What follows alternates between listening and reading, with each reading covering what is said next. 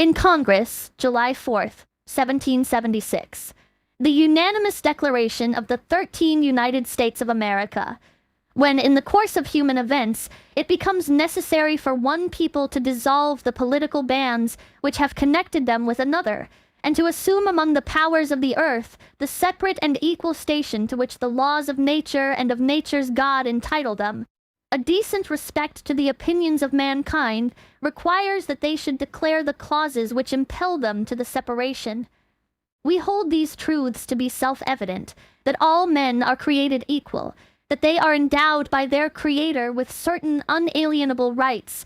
that among these are life, liberty, and the pursuit of happiness,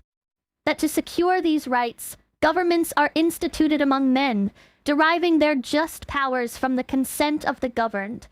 that whenever any form of government becomes destructive of these ends, it is the right of the people to alter or to abolish it, and to institute new government, laying its foundation on such principles, and organizing its powers in such form as to them shall seem most likely to affect their safety and happiness. Prudence, indeed, will dictate that governments long established should not be changed for light and transient causes, and accordingly all experience hath shown that mankind are more disposed to suffer, while evils are sufferable, than to right themselves by abolishing the forms to which they are accustomed. But when a long train of abuses and usurpations, pursuing invariably the same object, evinces a design to reduce them under absolute despotism, it is their right, it is their duty, to throw off such government, and to provide new guards for their future security. Such has been the patient sufferance of these colonies, and such is now the necessity which constrains them to alter their former systems of government. The history of the present King of Great Britain is a history of repeated injuries and usurpations, all having in direct object the establishment of an absolute tyranny over these states. To prove this, let facts be submitted to a candid world. He has refused his assent to laws, the most wholesome and necessary for the public good. He has forbidden his governors to pass laws of immediate and pressing importance, unless suspended in their operation till his assent should be obtained, and when so suspended, he has utterly neglected to attend to them. He has refused to pass other laws for the accommodation of large districts of people, unless those people would relinquish the right of representation in the legislature, a right inestimable to them and formidable to tyrants only. He has called together legislative bodies at places unusual, uncomfortable, and distant from the depository of their public records, for the sole purpose of fatiguing them into compliance with his measures. He has dissolved representative houses repeatedly, for opposing with manly firmness his invasions on the rights of the people. He has refused for a long time, after such dissolutions, to cause others to be elected, whereby the legislative powers, incapable of annihilation, have returned to the people at large for their exercise, the state remaining in the meantime exposed to all the dangers of invasion from without and convulsions within. He has endeavored to prevent the population of these states, for that purpose obstructing the laws for naturalization of foreigners, refusing to pass others to encourage their migrations hither, and raising the conditions of new appropriations of lands. He has obstructed the administration of justice by refusing his assent to laws for establishing judiciary powers.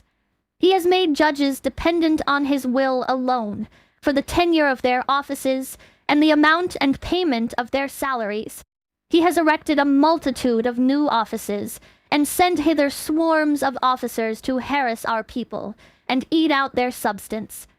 He has kept among us in times of peace, standing armies without the consent of our legislatures. He has affected to render the military independent of and superior to the civil power. He has combined with others to subject us to a jurisdiction foreign to our Constitution, and unacknowledged by our laws, giving his assent to their acts of pretended legislation for quartering large bodies of armed troops among us, for protecting them by a mock trial from punishment for any murders which they should commit on the inhabitants of these states, for cutting off our trade with all parts of the world, for imposing taxes on us without our consent, for depriving us in many cases of the benefits of trial by jury, for transporting us beyond seas to be tried for pretended offenses, for abolishing the free system of English laws in a neighboring province, establishing therein an arbitrary government, and enlarging its boundaries so as to render it at once an example and fit instrument for introducing the same absolute rule into these colonies,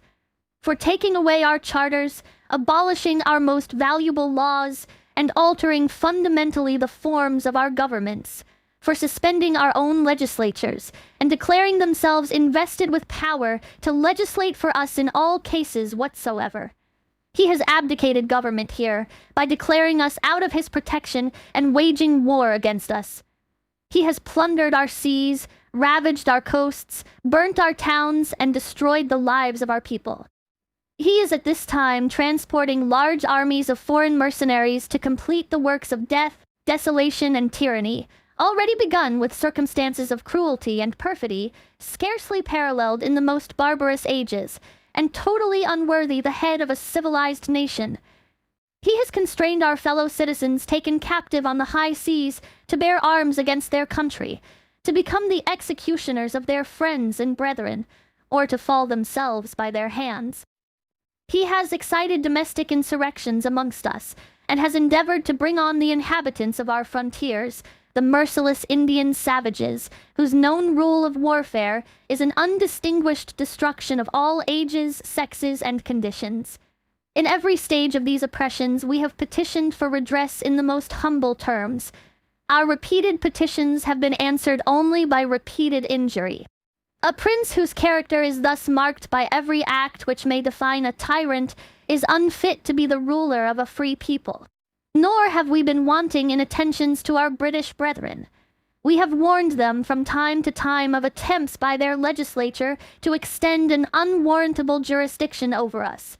We have reminded them of the circumstances of our emigration and settlement here. We have appealed to their native justice and magnanimity, and we have conjured them by the ties of our common kindred to disavow these usurpations, which would inevitably interrupt our connections and correspondence. They, too, have been deaf to the voice of justice and of consanguinity. We must, therefore, acquiesce in the necessity, which denounces our separation, and hold them, as we hold the rest of mankind, enemies in war, in peace friends.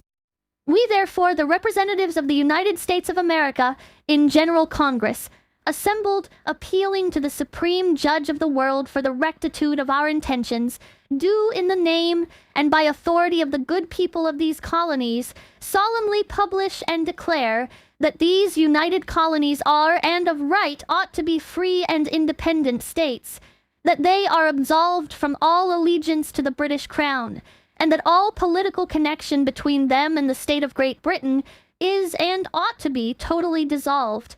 and that as free and independent states they have full power to levy war, conclude peace, contract alliances, establish commerce, and to do all other acts and things which independent states may of right do. And for the support of this declaration, with a firm reliance on the protection of divine providence, we mutually pledge to each other our lives, our fortunes, and our sacred honor.